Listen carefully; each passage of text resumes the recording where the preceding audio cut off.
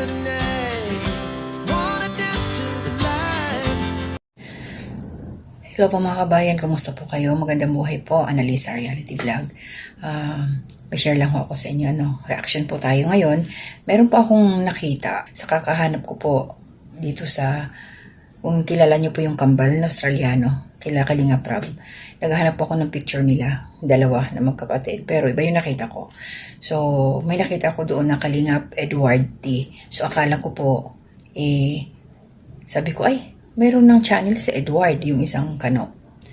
So, nung tinignan ko yung picture, ay, hindi pala yun. Pero ito, tinanong ko muna syempre, nagtanong-tanong din ako kung kasamahan ba namin yon sa Kalingap. So, may nag-confirm naman, thank you sa inyo.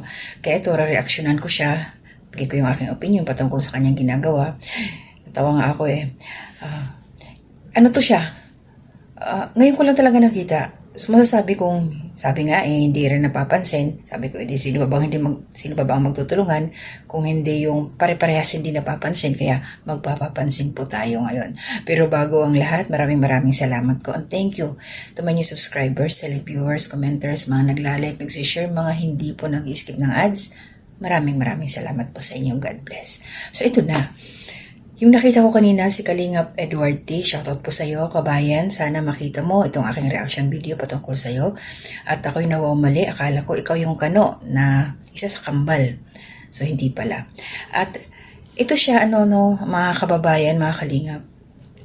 Yung napuntahan niyo doon na i-vlog niya, isang senior citizen, si Tatay Floriano Magat, shoutout po, 73 years old.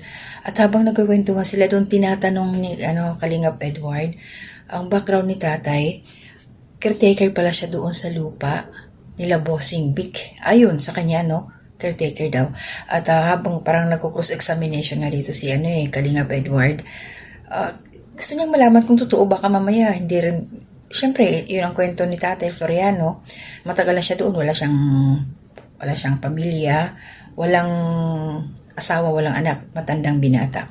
So, ayon sa kanya, 1976 pa daw siya doon sa lugar na yun. Nung napunta siya roon. Nasa 2 hectares yung lupain na yun. So, may mga binanggit na mga pangalan at sabi nga ni Kalingap Edward, parang naniniwala siya kasi alam, yung mga tinatanong niya, parang may tugma daw. Pero siguro, baka mapanood nila Bossing Vic kung kilala nga nila yung si Tatay Floriano Magat na caretaker doon sa lupain nila, shout out, Ang galing. At binigyan po niya ito ng pag-groceries. Kasi mayroong kumbaga may, tawag dito, itinuro doon ng mga kakilala, kaya napuntahan doon, mag-isa lang yung matanda. Nagbubukid siya, nagsasaka, nagtatanim may mga kamuting kahoy, saging, at nabanggit doon ni Tatay Floriano, yung pangalan niya, talagang, yung mga makaluma ba, naalala ko tuloy yung nasa calendar ng mga pangalan, yun ang dati mga sinusundan mga date ng calendar, siguro familiar kayo nun, nandiyan yung mga pangalan. So yun, hindi nga raw siya pwede makapag-alaga ng mga hayop doon, halimbawa manok, kasi may mga aso daw kinakain, ganun. So yun, nabigyan nga ito ng blessing. So nakakatuwa lang dahil nakarating doon si kabayan or si Kalingap Edward T. So ilalagay ko po yung kanyang, tawag dito, kanyang account para mabisita nyo po. Nasa 10K pa lang ang kanyang followers or subscribers po dito sa YouTube. Talagang hindi rin ho siya napapansin. Kaya sa lahat po ng hindi pa napapansin, magpapansin na tayo, mga kababayan dyan, mga Kalingap. Sabi ko nga, sino ba ang magtutulungan kundi tayong nandyan pa na maliliit, diba? So, tulong-tulong po tayo, hilahan po tayo pataas, huwag pong pababa. So, sa'yo, kabayan or Kalingap Edward, mingi ako ng permiso, pero kumuha na ako. Mag-a-attach ako ng short clip dito sa iyong naging panayam or interview kay Tatay Floriano Magat para mapasyalan ka rin ho ng mga Kalingap supporters, ayan, mga ka-business supporters, shoutout sa inyo. Kay Tatay, kay Daddy Frankie at saka kay Tatay Tekram, shoutout sa inyo. Bisitahin po natin ang channel ni Kalingap Edward T. Dahil nagcha-charity ho ito siya. Yan nga, hindi nga lang talaga napapansin. Kahit ako first time ko siyang makita talaga, as in. Kung hindi pa ako naghanap ng picture ng kambal, hindi ko siya nakikita. So ilalagay ko po sa last part na lang panoorin niyo po para masuportahan natin yung vlog na yun ni Kalingap Edward. Sa totoo lang, nasa 30 minutes yun eh. Tinuloy-tuloy ko, meron siyang ads na, dalawang ads na nasa 17, meron pang nasa almost 20 yung ads niya, yung length niya. Hindi ko siya ni-skip para makasupport din tayo sa ganung paraan lang. Malaking bagay yung para kay Kalingap Edward. Yan. So maraming salamat po sa inyo. And please support po natin sila Kuya Bal Santos Matubang, at Edna Blas, Kalingap Rab, Jack Tapia Matubang, mga kasamaan ko pong reactors dito sa Kalingap, mga reactors, yan mga Kalingap partners. Also ka-business official, Papa Dins TV, ka-business family, Mrs. KB official, Famous Budang official, support po natin, at yung mga kagwangs na rin. At sila Intoy, tuloy-tuloy po tayo.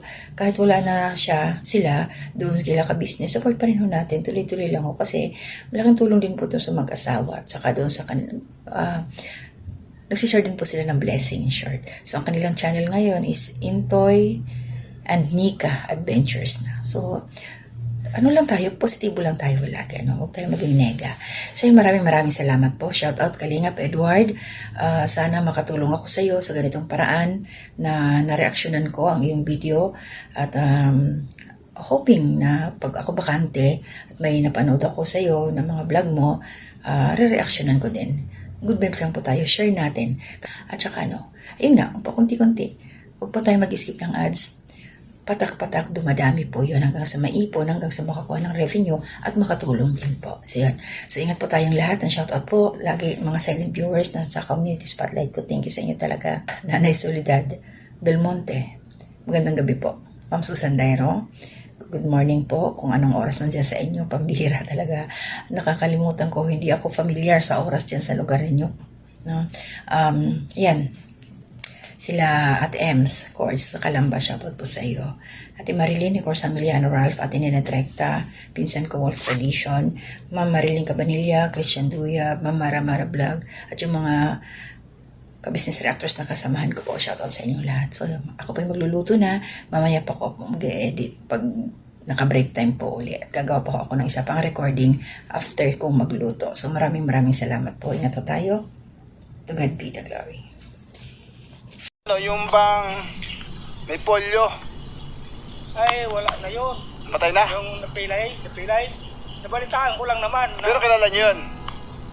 Balita lang na namatay na rin taga Batangas yun. Kilala nyo yun. Kilala ko yun. Yung asawa, kilala nyo. Oh, kilala ko rin. Ano pangalan po ng asawa? Ano pa nga asawa? Si Mate. Ayan, kilala nga o kilala ko. Tama po. Kilala mo Tapos na yung yun. bion image, parang dating anak ng sundalo, no? Si Yung ate niya. si Mr. Cruz, Ding Cruz. Ayun, tama po. Kilala ni tatay, mga kaibigan, mga kalingap. Haring totoo siya sabi ni tatay na kay Labig Soto nga po ito, mga kaibigan, mga kalingap, itong lugar na ito. Pero okay naman tayo, sayang natin, hindi ka nag-asawa, no? Ilan taon na nga pala yung 53. 73, ayan. Tay, meron akong munting dala-dala sa iyo, dito. Tagay muna natin doon, pwede ba? Tara doon tayo. Pwede na naman kung galing ka na Big Soto ako. Hindi baka, may inutusan si Soto dito, si Baro dito na, Hindi po. titingnan yung mga halaman. Nagulat nga po akong Nakaraang taon. May dala ko siya 5 kilong bigas dyan. Meron ka dyan mga sardinas, mga noodles, toyo, mantika, suka. Meron po tayo dyan biskwit, asukal, kape. Saka ito po tayo, sabong panlaba ito, at saka pampaligo, Salamat ha. Sana makatulong sa iyo pang araw-araw yung dala ko, Ay, malaking tulong sa akin to. Sa panahon ngayon, tag-hirap ngayon ng pera. Malaking tulong to sa akin. Pero tayo, inaasahan mo may dating sa yung ganyan ngayon? Wala. Pasalamat ka puro sa mag-asawa, yung nagtataga ng kawayan, So, salamat ako doon. Kay Sandy, kasi siya po yung nagturo sa akin, sa iyo. Siya po yung nagrekomenda. Ngayon may kasama po siyang anak na baby, dala niya pa. Marami na kare, papunta rito. Yung anak na binata lang kanina, pinasama sa akin, So, yun. Kasi wala nga naman mga bahay sa daan. Wala akong pagtatanungan, tapos hindi nila alam ang pangalan mo. So, yun. Dito pala. Kaya yung anak na lang nagsama sa akin. Ayan, maraming salamat, Sandy, sa'yo. Natagpo natin si Tatay Floriano. Floriano Magat. Si Floriano Magat, ayan. At ito pala ay lupain nila, nila Tito Soto, nila Big Soto. Sa magulang pala nila ito, sabi ni Tatay Floriano. Ano masasabi mo sa mga family Soto? Masasabi ko, pasalamat din sa kanila kahit paano pinagtiwalaan nila ko rito. Kasi ano naman, yung tiwala, mahalaga naman din yun. Kasi mahirap ngayon magharap ng pwesto na lupa. Eh ito namang halaman, nakatulong din sa akin yan. Kahit paano. Kaya mahirap ngayon magharap ng trabaho. Sabi nila, tulad ko may edad. Di ba, kung paano bata pa ako, madaling magharap ng trabaho dyan na pangmadalian lang. Pero malaki ang nagawa mo sa lugar ng lupa nila, no? Ng mga Soto family, no? Kasi po tayo, wala nakapasok dito squatter. Dahil dalaga mo, no? Wala. Ganong kalaki kamo ito? Lugar na ito? Bali 20,000 square meter. 20,000 square meter to. Bali 2 hektarya. 2 hektarya. Oo. Tayo, anong lugar nito? Anong address dito? Ah, Anong lugar to? Anong lugar to? pangalan ng lugar nito, Barangay Bathala. Tapos, itong area na to? Bathala kung tawagin. Ito. Takop ng Barangay Aldia. Maraming salamat daw, Tito Sen, tsaka Boss Vic. Salamat. Di ko so kalahin, matagpuan ko po yung lupay mo nito. Maganda po yung lupay mo.